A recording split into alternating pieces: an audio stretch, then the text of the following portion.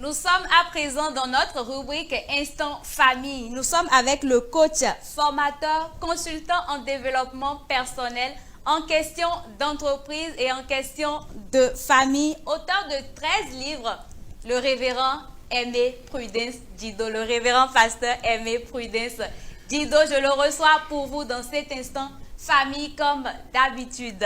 Bonsoir, pasteur. Bonsoir, Eunice. Bonsoir à tous les téléspectateurs. Comment allez-vous, la petite famille? Je rends grâce, je bénis le Seigneur, je dis merci pour tout ce que Dieu fait dans ma famille. Super, nous rendons grâce à l'Éternel. Aujourd'hui, nous parlons de la peur dans le processus du mariage. La peur dans le processus du mariage, c'est quoi la peur? La peur, d'abord, c'est une émotion alors universelle et un peu complexe, alors qui est perçue lorsque une menace alors se fait sentir. Cette menace-là peut être imaginaire comme peut être réelle.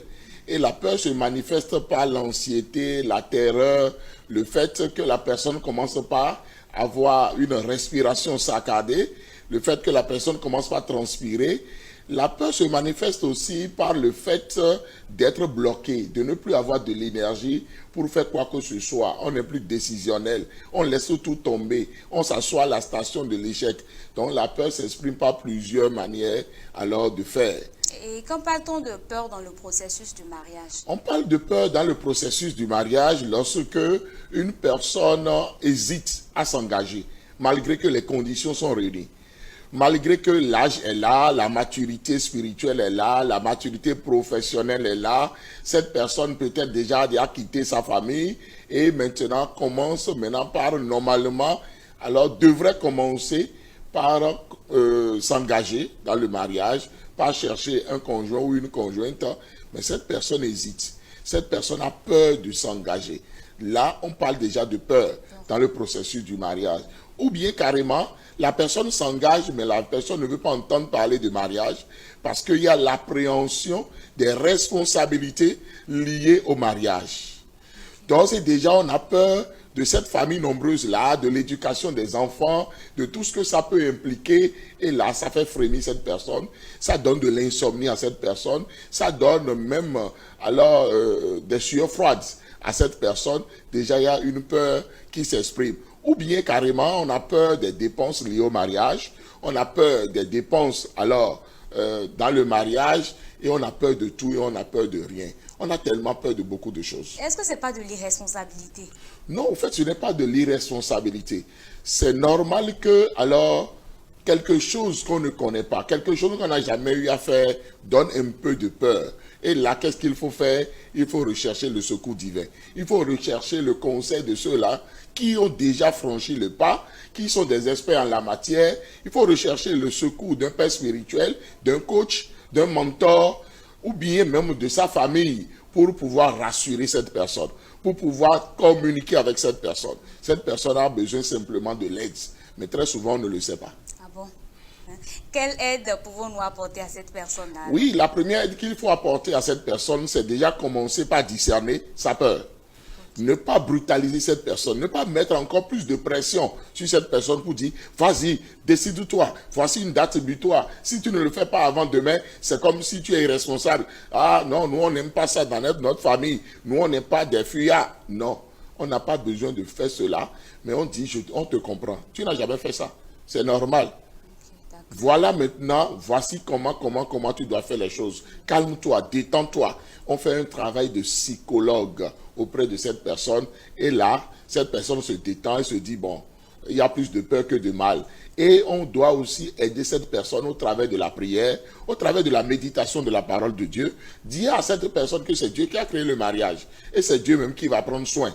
Lorsqu'on veut obéir à Dieu, Dieu donne les moyens nécessaires pour pouvoir alors accompagner celui qui obéit. Donc, il n'y a pas de peur. Le Seigneur, il est au contrôle et il donnera gloire à son nom. Donc, cela communique la foi à cette personne qui a peur et sa peur s'en va pour que l'assurance, la foi, alors s'installe. D'accord. Et quels sont les dégâts que peuvent créer cette peur-là dans le processus de mariage? Beaucoup de dégâts alors peuvent se faire voir lorsqu'il y a cette peur dans le processus du mariage. C'est le fait que cette personne-là commence par changer de conjoint tous azimuts. Tantôt, on commence une amitié, on rentre même déjà dans les fiançailles et d'un seul coup, on trouve des raisons qui ne tiennent pas pour rompre. On est à la veille du mariage, on rompt seulement, on commence pas à imaginer des choses, on dit non, je suis sûr que je ne pourrai pas faire vraiment route avec telle personne parce que, parce que les raisons qu'on donne ne sont pas des raisons qui tiennent. Ou bien on commence pas à s'isoler de tout le monde et on commence pas à rester dans une certaine solitude malgré qu'on est entouré. On ne veut plus parler à qui que ce soit, on développe une nervosité, on développe une colère qui ne dit pas son nom, on a de l'insomnie et puis ça ne va pas. On ne mange même pas, on commence pas à maigrir, on va à l'hôpital, on dit non, vous n'avez rien, on dit non, je crois que j'ai le palu. On a des maux de tête et puis beaucoup de choses s'en suivent. Ça là c'est déjà dans la vie des jeunes qui se préparent au mariage. Mais lorsqu'on rentre même dans le couple, parce que dans le couple et dans des familles, il y a des gens qui ont peur. Oui, qui ont peur alors du fait que l'autre, est-ce que l'autre va me rester fidèle jusqu'à la fin de mes jours? Voici que j'ai des carences, j'ai des limites, je suis un peu malade, je ne me sens pas bien, je ne suis pas riche comme sa famille et mes enfants ne sont pas beaux comme les enfants des autres. On commence pas à faire des comparaisons et tout le temps on a peur. Et comme ça là, on ne communique plus facilement avec les autres, on ne s'ouvre plus, on est méfiant, on se réserve et beaucoup de choses. Et ça n'aide pas, on devient inefficace, on est fatigué tout le temps et ça n'aide pas. Donc cette peur-là, ça cause tellement de dégâts que ce n'est pas normal. Nous allons user de vos talents en psychologie. Oui. Donnez-nous quelques conseils pour ceux qui ont peur dans le processus du mariage. Comment vaincre cette peur-là? Comment faire? Ceux qui ont peur dans le processus du mariage, il faut d'abord être patient avec de telles personnes. Parce qu'une personne qui est dans le trou, il faut l'aider à sortir du trou et non à l'enfoncer davantage. Donc, la personne qui identifie la peur dans la vie de ce jeune homme, de cette jeune fille, ou bien de cette personne mariée, ou bien de cette femme qui est au foyer, alors, ou bien des enfants dans une maison, doit pouvoir être assez patient et conduire le processus dans l'amour. Parce que si la personne ne sent pas que vous l'aimez, mais que vous l'attaquez, vous la violentez, cette personne-là ne va plus s'ouvrir. Parce qu'il faut communiquer pour pouvoir alors exprimer ses peurs. Lorsqu'on n'exprime pas ses peurs, on est bloqué. On se bloque et puis comme cela, on ne réagit plus à rien. Et la réaction, même qu'on n'en ait pas une bonne réaction, ça n'aide pas. Parce qu'en temps de peur, il y a des gens qui réagissent très violemment. Ils peuvent commettre un meurtre, ils peuvent démissionner d'un travail très prometteur, ils peuvent limoger alors des employés et puis rentrer dans le dénuement total au sein de leur entreprise, ils peuvent divorcer, tellement de choses peuvent se passer. Donc il faut y aller d'abord avec amour, il faut prier pour cette personne, il faut méditer la parole de Dieu avec cette personne et il faut maintenant faire voir à cette personne que tout ce que tu es en train d'imaginer n'est pas forcément réel, c'est imaginaire. Laisse Dieu te conduire parce que quoi qu'en soit la situation, quoi qu'en soit le problème, alors Dieu a la solution. La solution autour de nous, il suffit de faire preuve de foi, de courage, de persévérance, de joie, de paix. Et là, tout va y aller. Ça ira pour le mieux. Il faut avoir confiance. Et là, tout doucement, alors dans un processus de communication, de paix, alors tout se met en place et puis cette personne la trouve guérison. D'accord. Et que pouvons-nous retenir de la paix dans le processus, la peur dans le processus du mariage? La peur dans le processus du mariage, vraiment, est une peur que très souvent beaucoup ne discernent pas. Et on accuse les gens de tout et de rien et on diabolise ça aussi facilement. On dit que ça c'est un démon ou bien on taxe la personne d'impuissant parce que ce garçon-là ne veut pas se marier. Ou bien c'est cette fille-là, on dit la fille elle est frigide, hein, elle a un problème. Ou bien elle n'a pas le sexe de femme, c'est pourquoi elle ne voudrait pas alors se marier. Il suffit simplement de s'approcher, d'être patient, de s'ouvrir et de faire comme Joseph dans cette prison-là, qui a installé tellement la confiance que ces prisonniers-là étaient alors obligés de lui expliquer leurs rêves. Et ce qui l'a aidé à pouvoir les aider. Donc c'est très important que alors ces personnes qui sont autour de nous, ces jeunes qui se préparent au mariage, même ces foyers dans lesquels il y a à des moments donnés des situations, il faut avoir le discernement nécessaire, il faut avoir l'œil pour savoir qu'il s'agit d'une peur. Il s'agit des appréhensions qui ne sont pas justes, des choses imaginaires, ou bien carrément on dit que j'ai fait un rêve. Hein, comme alors Aouna et Anatou, hein, dans ce livre-là que nous avons étudié à l'école, où on dit j'ai rêvé que tu as été infidèle. Et c'est ce qui a bousillé complètement la vie de cet homme-là, alors que ce n'est pas réel.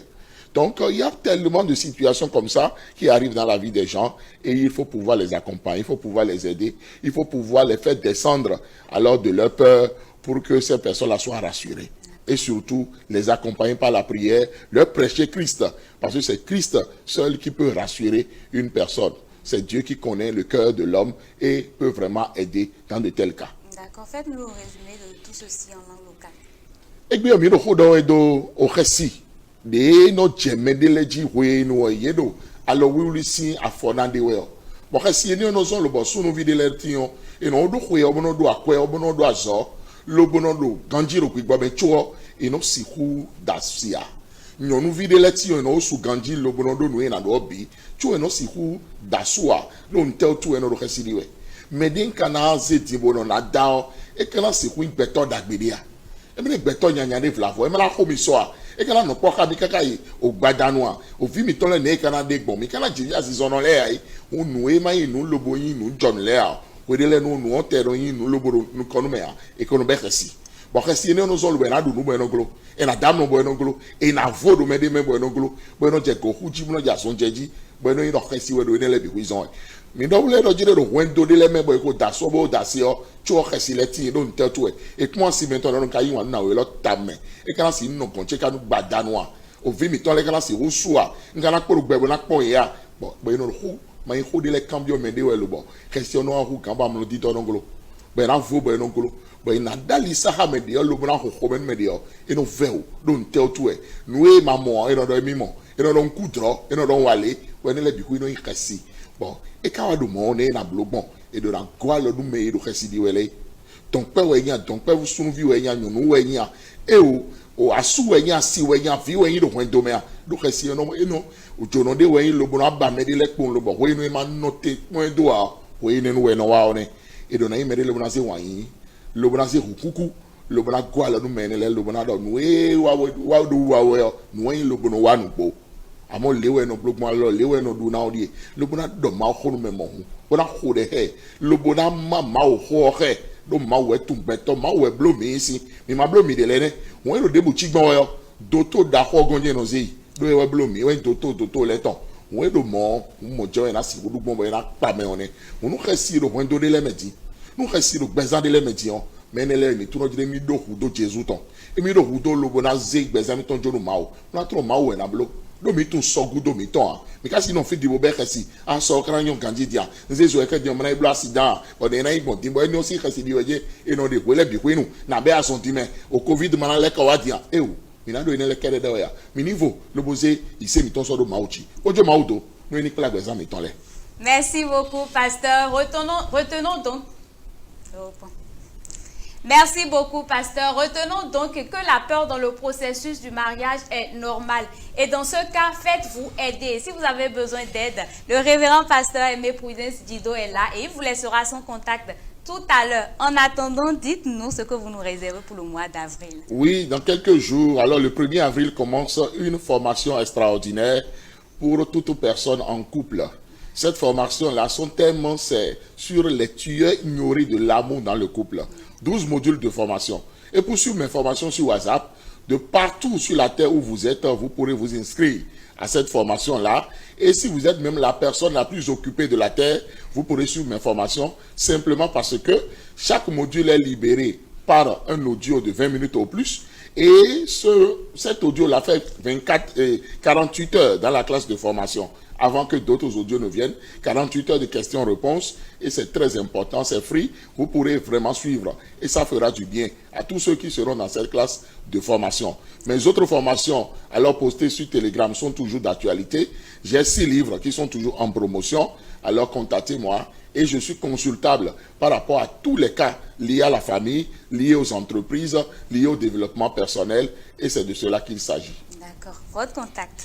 Oui, pour me contacter, il suffit de taper le plus 229 95 15 67 40 ou le plus 229 97 56 63 34. Merci beaucoup, pasteur. N'hésitez donc pas à contacter le révérend pasteur Aimé Prudence Dido pour toutes vos préoccupations. Il est disponible pour vous.